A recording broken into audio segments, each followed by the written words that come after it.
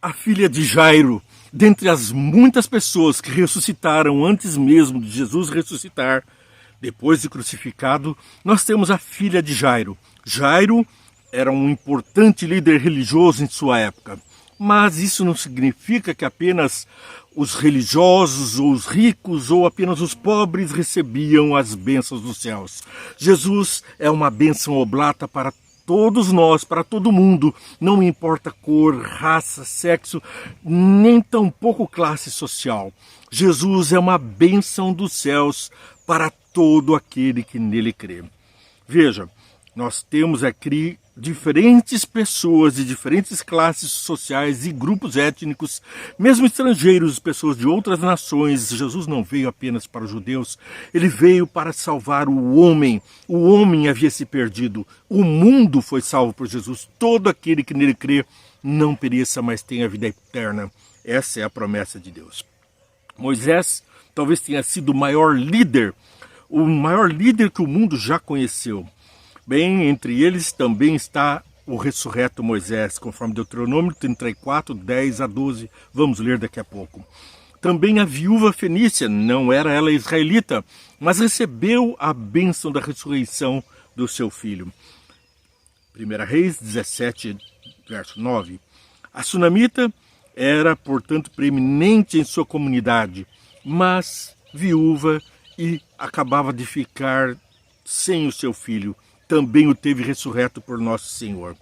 A viúva de Naim teve apenas um filho e provavelmente ele era toda a sua esperança, sua força. Ela não tinha de onde tirar sustento. Mas ali ela também recebeu a bênção, Lucas 7, verso 12. Bom, em Cafarnaum nós vemos o chefe da sinagoga, o líder religioso. Mas isso não foi suficiente para que Jesus tivesse o favor dos religiosos, porque eles estavam entregues à sinagoga de Satanás.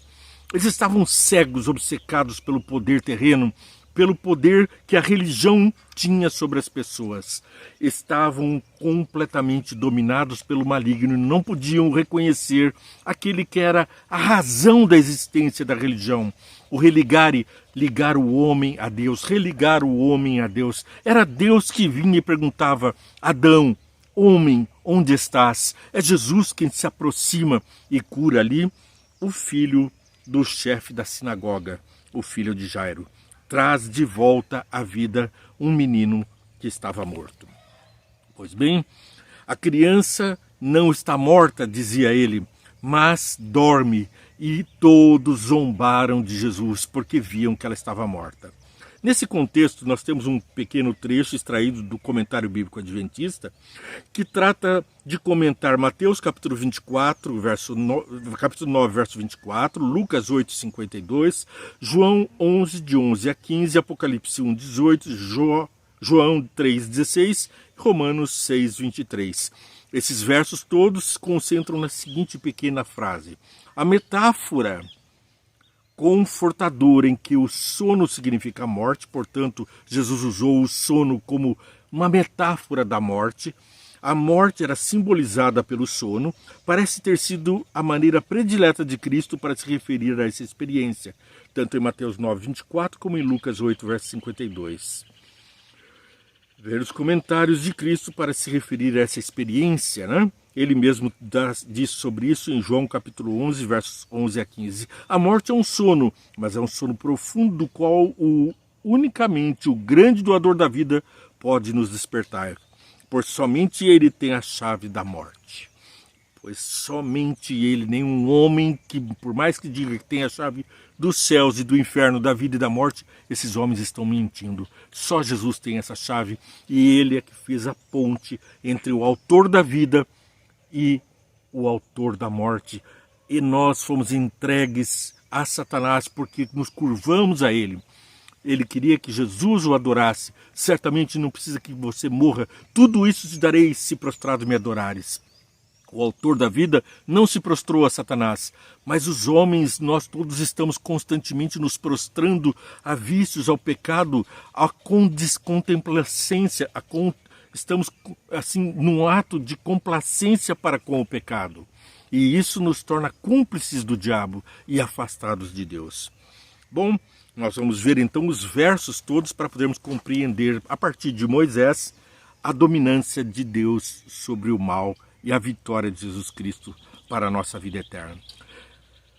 Deuteronômio capítulo 34, verso 5. Moisés, o servo do Senhor, morreu ali em Moabe, como o Senhor dissera, e ele o sepultou. Depois nós vamos ver no verso 10 até o verso 12. Em Israel nunca mais se levantou profeta como Moisés, a quem o Senhor conheceu face a face. E quem fez todos aqueles sinais e maravilhas que o Senhor o tinha enviado para fazer no Egito, contra o faraó, contra todos os seus servos e contra toda a sua terra. Pois ninguém jamais mostrou tamanho poder como Moisés, nem executou os seus temíveis que Moisés realizou aos olhos de todo Israel. Atos terríveis e temíveis foram isso que ele realizou, pelo poder de Deus para livrar o povo de Deus. Em 1 Reis, capítulo 17, verso 9, a viúva fenícia, uma mulher que não era israelita, mas que teve a crença. Ela teve uma extrema fé naquilo que era para ser o contrário. Aquele porta-voz de uma mensagem de seca, de destruição, de fome, estava na porta dela pedindo água e comida. 1 Reis 17, verso 9, não vem a vingança, mas vem a bênção. Vá imediatamente para a cidade de Serepta, de Sidom, e fique lá. Ordenei a uma viúva daquele lugar que lhe forneça comida. Portanto, era uma viúva que estava até passando necessidade, mas teve a bênção de ter a comida multiplicada para o profeta, e assim ela também foi abençoada. Ela atendeu ao chamado de Deus, não se manteve seca na sua fé, mas na abundância da bênção de Deus, ela esperou até que houve chuva e prosperidade. Em 2 Reis, capítulo 4, verso 8, a sunamita, rica, influente, mas carente também de uma bênção. 4, verso 8. Certo dia Eliseu foi a Sunem, onde uma mulher rica insistiu que ele fosse tomar uma refeição em sua casa. Depois disso, sempre que passava por ali, ele parava para uma refeição. Portanto, a mulher era rica e ela insistia para receber as bênçãos da presença do profeta. Em Lucas capítulo 7, verso 12, nós temos uma viúva de Naim. Aqui nós temos então por um filho. Lucas 7, verso 12. Ao se aproximar da porta da cidade, estava saindo o enterro do filho único de uma viúva, e uma grande multidão da cidade estava com ela. Uma grande multidão consolando, mas um homem trouxe a solução, ressuscitou o filho. Esse era o nosso Jesus. Ele não fica apenas na contemplação ou apenas na empatia ou nas condolências, ele é a solução dos nossos problemas. Bem, nós vamos agora para Marcos 5,12. Jairo, já mencionado, o chefe da sinagoga. Marcos 5:22. Então chegou ali um dos dirigentes da sinagoga chamado Jairo. Vendo Jesus, prostrou-se a seus pés.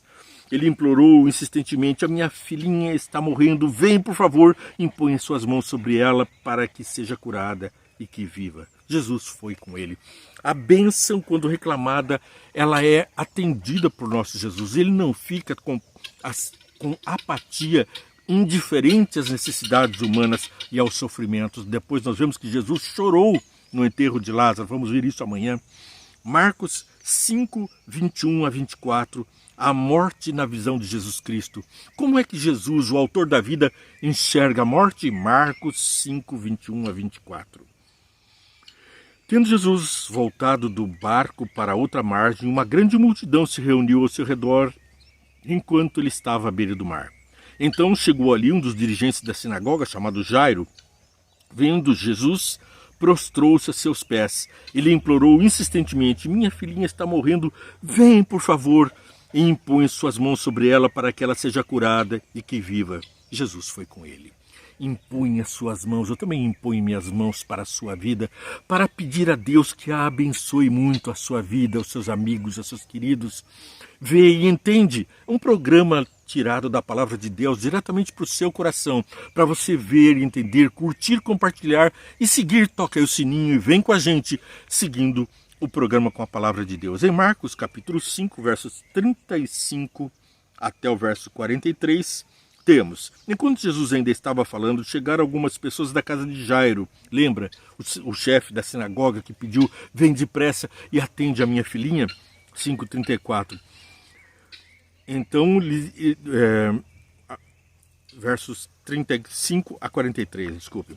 Enquanto Jesus ainda estava falando, chegaram algumas pessoas da casa de Jairo, o dirigente da sinagoga. Sua filha morreu, disseram eles. Não precisa mais incomodar o mestre. Não fazendo caso do que eles disseram, Jesus disse aos dirigentes da sinagoga, não tenham medo, tão somente creia. Para quem que ele disse isso? Para quem Jesus disse isso? Não foi apenas para Jairo, foi para os dirigentes da sinagoga, foi para todos. Creiam, e não deixou ninguém segui-lo, senão Pedro, Tiago, João, o irmão de Tiago. Quando chegaram à casa do dirigente da sinagoga, Jesus viu um alvoroço com gente chorando e lamentando em alta voz. Parece até essas angolistas que estão aqui em alta voz à nossa volta, não é mesmo? Então entrou e lhes disse, por que todo este alvoroço e lamento? A criança não está morta, mas dorme. Mas todos começaram a rir de Jesus. Ele, porém, ordenou que eles saíssem, tomou consigo o pai e a mãe da criança e os discípulos que estavam com ele, e entrou onde encontrava a criança. Tomou pela mão e lhe disse, Talita, cumi, que significa, menina, eu lhe ordeno, levante-se. Imediatamente a menina, que tinha 12 anos de idade, levantou-se e começou a andar. Isso os deixou atônitos. Ele deu ordens expressas para que não dissessem nada a ninguém e mandou que dessem a ela alguma coisa de comer. Portanto, o autor da vida, ao deparar-se com a morte, com o sofrimento, com o choro, com o pranto, ele diz, é um sono. E ele diz, na palavra de Deus, diz, preciosa é aos olhos de Deus a morte de um justo. Por quê? Porque ele está num sono, num estado de espera para a redenção, para a bênção final, para a ressurreição. É uma ressurreição prometida para você aqui agora, para sairmos do mundo do pecado, da morte do mundo, para vivermos uma vida com Cristo. Bem, continua ainda a mensagem, e aqui nós vemos em Marcos 5:39 o esboço. Então entrou e lhes disse, por que todos estão em alvoroço e lamento? A criança não está morta, mas dorme, porque para o autor da vida, a morte não passa de um sono. Em Lucas, capítulo 8, verso 52, nós temos, enquanto isso todo o povo estava se lamentando e chorando por ela. Não chorem, disse Jesus, ela não está morta, mas dorme. Aqui é a confirmação da visão de Deus sobre a morte. Um sono, um tempinho, um pouco mais, é só um pouco mais. Essa música foi cantada no enterro da minha mãe e ainda acalenta meu coração. É só um pouco mais, um pouquinho mais, logo estarei aí com você. É a promessa de Jesus. E quem mais vai estar comigo nesse dia? A mamãe, meus tios, minha vovó, meu vovô, os meus queridos que eu amo tanto e que estão no pó da terra, dormindo, porque Jesus vai chamá-los do sono e vai trazê-los de volta à vida pelo poder vivificador que Ele tem e pelo amor que Ele tem às suas criaturas, aqueles que viveram de acordo com a sua vontade. Eu testemunhei isso nessas pessoas, vou testemunhá-las vivas novamente. Eu o verei com esses próprios olhos e verei também os meus queridos ali. João capítulo 11, de verso 11 até o verso 15. Depois de dizer isso, prosseguiu dizendo, nosso amigo Lázaro, chegamos à vez de Lázaro, que é o sistema de amanhã. Lázaro adormeceu, mas vou até lá para acordá-lo. Seus discípulos responderam, Senhor, se ele dorme, vai melhorar. Jesus tinha falado de sua morte, mas os discípulos pensaram que ele estava falando simplesmente do sono. Então lhes disse claramente, Lázaro morreu. Agora fica muito claro que o entendimento do sono da morte é a visão de Deus sobre a morte, apenas um sono do qual ele é capaz de tomar providências. Então ele diz claramente, Lázaro morreu, e para o bem de vocês, estou contente por não ter estado lá para que vocês creiam, mas vamos até ele. Então Tomé, chamado de Dino, disse aos outros discípulos, vamos também para morrermos com ele. A esperança era a última ali a morrer, porque eles estavam ainda descrentes, precisavam ainda desse milagre, nós também precisamos de um milagre. Você e eu precisamos de um milagre para fortalecer a nossa fé. Lembra daquele pai que pedia ajuda de Jesus Cristo com seu filho? E o que foi que Jesus disse? Você crê? E ele disse, creio, mas fortalece a minha fé. Apocalipse capítulo 1, verso 18. Sou aquele que vive. Quem? Jesus. Estive morto, mas agora estou vivo para todo sempre. Jesus foi crucificado e morto no meu lugar. Ele santo, eu pecador. Ele morto, eu vivo. Ele ressuscitou. Eu, ainda que morra, viverei. É o que diz a palavra de Deus. Para todo sempre. Tenho as chaves da morte e do Hades. A palavra Hades aqui tem várias traduções possíveis ali do grego. Essa palavra pode ser traduzida como inferno, como sepulcro, como morte ou profundezas. Portanto, Deus tem a chave da vida e Ele pode livrar do grilhão da morte o pecador. É essa a nossa esperança. E em João capítulo 3,16, o conhecido verso diz, porque Deus tanto amou o mundo que deu seu Filho unigênito para que todo aquele que nele crer não pereça, mas tenha vida eterna. Não pereça, mas tenha vida eterna. Aqueles que creram que morreram, como é que fica? Eles não estão na morte, estão num sono profundo, inconscientes. São pó que ao pó tornaram, mas o mesmo que juntou o pó do barro fez Adão, pode tornar do pó a minha mãe, os meus parentes, todos eles, e soprar-lhes de novo o fôlego da vida e me devolver os meus queridos. E a mim, todo olho verá, porque todo que nele crer não pereça, mas tenha vida eterna. Portanto, se eu não passar pela morte, terei a mesma recompensa, terei a vida eterna, não passarei pela morte. Para você também essa promessa, não fique fora dela, não fique fora dessas. Romanos capítulo 6, verso 23. Pois o salário do pecado é a morte. Pecou? Morreu. O salário do pecado é a morte, mas o dom gratuito de Deus é a vida eterna em Cristo Jesus, nosso Senhor. Ele é o dom da vida, Ele é que nos recupera o direito da vida, é Ele que nos livra da condenação da morte e do pecado, porque o salário do pecado é a morte, e se Ele nos livra da morte, também pode nos livrar de pecar, do pecado e de pecar. Estamos diante da graça daquele que morreu em teu e em meu lugar. Graças, louvores ao nosso grande Deus que exercita o amor e a misericórdia. Em Marcos capítulo 5, verso 42, Marcos 5, 42 diz, imediatamente a menina que tinha 12 anos de idade levantou-se e começou a andar. A promessa é eficiente, eficaz, é imediata. Ele deu ordens expressas e todos deixou atônitos. Bem, em Marcos capítulo 5, 36, terminamos a mensagem de hoje dizendo, não fazendo caso do que eles disseram, Jesus disse aos dirigentes da sinagoga, não tenham medo, tão somente creia. O programa de hoje é Vê e Entende e Crê somente. Vê e Entende para você curtir, compartilhar esse programa, seguir, tocar o sininho e multiplicar as bênçãos dos céus na vida daqueles a quem você ama e na nossa própria vida. Vamos orar. Pai querido, ao colocarmos os nossos joelhos em oração, pedimos uma bênção especial para que o Senhor possa nos livrar da tentação de descrer em Ti e, ao mesmo tempo, fortalece a nossa fé.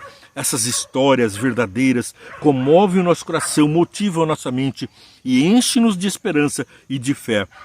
Fortalece-a cada vez mais, assim como desses amigos que estão assistindo, para que eles compartilhem das bênçãos da esperança da vida em Jesus. É o que peço como uma bênção especial para todos que estão assistindo, em nome de Jesus. Amém. Paz e graça, muitas bênçãos.